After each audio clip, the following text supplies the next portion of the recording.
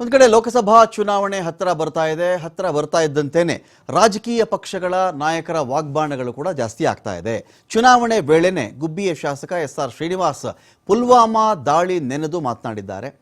ತುಂಬಾ ಬಲಿಷ್ಠವಾದಂಥ ಸೆಕ್ಯೂರಿಟಿ ಇರುವಂತಹ ಜಾಗದಲ್ಲಿಯೇ, ಅತ್ಯಂತ ಹೆಚ್ಚಿನ ಭದ್ರತೆ ಇದ್ದಂಥ ಪ್ರದೇಶದಲ್ಲಿಯೇ ಈ ದಾಳಿ ಆಗಿತ್ತು. 5 ವರ್ಷ ಆಯ್ತಪ್ಪ. ಪುಲ್ವಾಮಾ ದಾಳಿ, ಸೈನಿಕರು ಸತ್ತರು, ಎಲ್ಲ ಮಾತನಾಡಿದ್ರು. ಆನಂತರ ಒಂದು ಚುನಾವಣೆ ಕೂಡ ಬಂದಿತ್ತು. ಆ ಚುನಾವಣೆ ಮುಗಿದು ಇನ್ನೊಂದು ಚುನಾವಣೆ ಕೂಡ ಈಗ ಬಂದಿದೆ. 5 ವರ್ಷ ಆದಮೇಲೂ ಕೂಡ ಯಾರ್ಯಾರಿಗೆ ಶಿಕ್ಷೆ ಕೊಟ್ಟಿದ್ದೀರಿ, ಎಷ್ಟು ಜನ ಹಿಡಿದಿದ್ದೀರಿ, ಎಲ್ಲ ಅಕ್ಯೂಸ್ಡ್ಗಳು A1 A19ವರೆಗೂ ಅಕ್ಯೂಸ್ಡ್ಗಳಿದ್ದಾರೆ, ಆರೋಪಿಗಳಿದ್ದಾರೆ. ಯಾರನ್ನ ಹಿಡ್ಕೊಂಡು ಬಂದಿರಿ, ಯಾರನ್ನ ಗಲ್ಲುಗೇರಿಸಿದ್ರಿ, ಯಾರ್ದು ವಿಚಾರಣೆ ಆಯಿತು, ಶಿಕ್ಷೆ ಏನಾಯಿತು, ಬರೀ ಚಾರ್ಜ್ ಶೀಟ್ ಲೆವೆಲಲ್ಲೇ ಅದು ಬಿದ್ದಿದೆ. NIA ಚಾರ್ಜ್ ಶೀಟ್ ಬಿಡುಗಡೆ ಮಾಡಿ ಆಯಿತು, ಸಾವಿರಾರು ಪುಟಗಳ ಚಾರ್ಜ್ ಶೀಟನ್ನು ಬಿಡುಗಡೆ ಮಾಡಿ ಆಯಿತು. ಇಷ್ಟಾದರೂ ಕೂಡ ಶಿಕ್ಷೆ ಕೊಡಿಸಿದ್ರ ನೀವು? ಒಂದು ಪುಲ್ವಾಮಾ ದಾಳಿ ಆದ ಮೇಲೆ ಸೈನಿಕರು ಅಂತೀರಿ, ದೇಶ ಅಂತೀರಿ, ಗಡಿ ಅಂತ ಮಾತಾಡ್ತೀರಿ, ಎಲ್ಲ ಮಾತಾಡ್ತಿರಲ್ವಾ? 40 ಜನ ಸೈನಿಕರನ್ನ ಸಾಯಿಸಿದ್ರು. A1 A19 ಇಷ್ಟನ್ನು ಆರೋಪಿಗಳ ಲಿಸ್ಟನ್ನು NIA ಕೊಟ್ಟಿದೆ. 13,800 ಪುಟಗಳ ಚಾರ್ಜ್ ಶೀಟ್ ಅದು.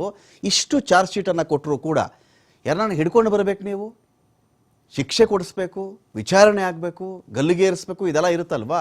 ಏನೂ ಮಾಡಲಿಲ್ಲ. ಯಾವುದೋ ಸರ್ಜಿಕಲ್ ಸ್ಟ್ರೈಕ್ ಅಂತ ನೀವು ಹೇಳಿಬಿಟ್ಟು ಇಷ್ಟು NIA ದಾಳಿಗೆ ಆ ಆರೋಪಿಗಳಿಗೆ ಎಲ್ಲೋ ಮಾಡಿದಂಥ ಒಂದು ಸರ್ಜಿಕಲ್ ಸ್ಟ್ರೈಕು ಉತ್ತರ ಆಗಬಲ್ಲದ? ಆಯಿತು, ಸರ್ಜಿಕಲ್ ಸ್ಟ್ರೈಕ್ ಮಾಡಿದ್ರಿ ಅಂತ ಹೇಳ್ತಾ ಇದ್ದೀರಿ, ಓಕೆ. ಈ ಕಡೆ ಇವರಿಗೆ ಶಿಕ್ಷೆ, ಸರ್ಜಿಕಲ್ ಸ್ಟ್ರೈಕ್ ಮಾಡಿದ ಪ್ಲೇಸಲ್ಲೇ A1 A19 ಆರೋಪಿಗಳು ಅಲ್ಲೇ ಕೂತಿದ್ರಾ? ಅವ್ರ ಮೇಲೆ ದಾಳಿ ಮಾಡಿದ್ರಾ? ಇಲ್ವಲ್ಲ. ಒಂದು ದಾಳಿ ಆಯಿತು, ಜನಕ್ಕೆ ಒಪ್ಸಿದ್ರಿ ನಾವು ದಾಳಿ ಮಾಡಿಬಿಟ್ಟಿದ್ದೀವಿ ಅಂತ ಹೇಳಿ. ಇದಕ್ಕದು ಬದಲಿ ಆಗಿ ಹೋಯ್ತಾ? ಯಾಕೆ ನೀವು ಅವ್ರನ್ನ ಹಿಡ್ಕೊಂಡು ಬಂದು ಶಿಕ್ಷೆ ಕೊಟ್ಟಿಲ್ಲ? 40 ಜನ ಸೈನಿಕರನ್ನ ಸಾಯಿಸಿದ್ರಲ್ಲ, ಒಬ್ಬನಿಗಾದ್ರೂ ಶಿಕ್ಷೆ ಕೊಟ್ರ ನೀವು? ಇದುವರೆಗೂ ಕೇಂದ್ರ ಸರ್ಕಾರ ಇಂತಹವರ ವಿರುದ್ಧವಾಗಿ ಯಾವುದೇ ಕ್ರಮ ಕೈಗೊಂಡಿಲ್ಲ. ಬರೀ ಎಮೋಷನಲ್ ಆಗಿ ಮಾತನಾಡ್ಕೊಂಡು ಮಾತ್ರ ಕಾಲ ಕಳೀತಾರೆ. ಇದೇ ಪುಲ್ವಾಮಾ ಹೇಳೋದು, ಅದೇ ಸೈನಿಕರು ಅನ್ನೋದು, ಅದೇ ಗಡಿ ಅನ್ನೋದು, ಅದೇ ಪಾಕಿಸ್ತಾನ ಅನ್ನೋದು. ಈ ರೀತಿ ಎಮೋಷನಲ್ ಆಗಿ ಚೆನ್ನಾಗಿ ಮಾತಾಡ್ತಾ ಇದ್ದೀರಿ ನೀವು. ಇದರ ಬಗ್ಗೆ ಈಗ ಜನಗಳಿಗೆ ಅನುಮಾನ ಬರಕ್ಕೆ ಶುರುವಾಗಿದೆ ಅಂತ ಹೇಳಿ ಶ್ರೀನಿವಾಸ್ ಅವರು ಮಾತಾಡಿದ್ದಾರೆ. ಜೊತೆಗೆ ರಾಮ ಮಂದಿರವನ್ನು ಯಾರಾದರೂ ಈ ದೇಶದ ಇತಿಹಾಸದಲ್ಲಿ ಒಂದು ಸಣ್ಣ ಹಳ್ಳಿ ಆಗಲಿ, ದೇವಸ್ಥಾನನೇ ಕಂಪ್ಲೀಟ್ ಆಗದೆ ಗರ್ಭಗುಡಿಗೆ ಹೋಗಿ ದೇವರನ್ನ ಕೂರಿಸಿ ಪೂಜೆ ಶುರು ಮಾಡ್ತಾರೆ, ಹೇಳ್ಬಿಡ್ರಪ್ಪ.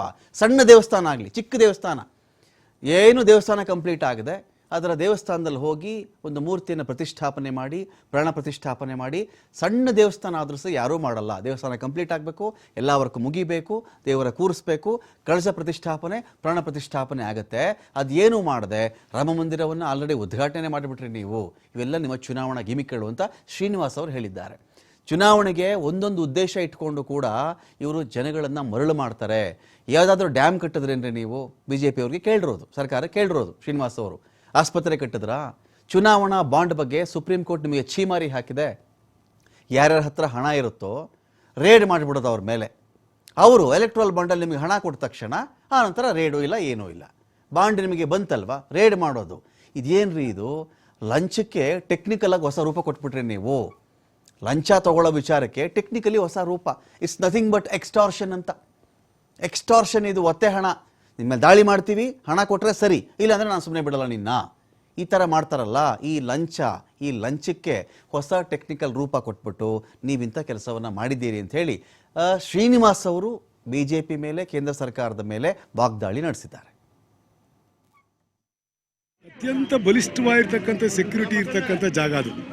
ಮಿಲಿಟ್ರಿ ಓಡಾಡ್ತಕ್ಕಂಥ ಜಾಗ.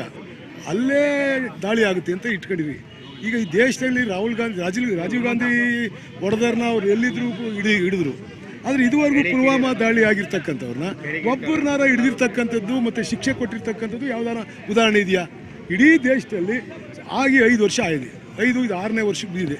ಇದುವರೆಗೂ ಎಲ್ಲ ಒಂದೇ ಒಂದು ಯಾವುದೇ ಸರ್ಕಾರ, ಕೇಂದ್ರ ಸರ್ಕಾರ ಅವ್ರ ಮೇಲೆ ಆ್ಯಕ್ಷನ್ ತಗೊಂಡಿರೋದೇ ಆಗಿರಲಿ, ಮತ್ತು ಅವ್ರನ್ನ ಅರೆಸ್ಟ್ ಮಾಡಿರೋದೇ ಆಗಿರಲಿ, ಯಾವುದಾದ್ರೂ ಒಂದು ಹೇಳ್ಬೇಕಲ್ಲ.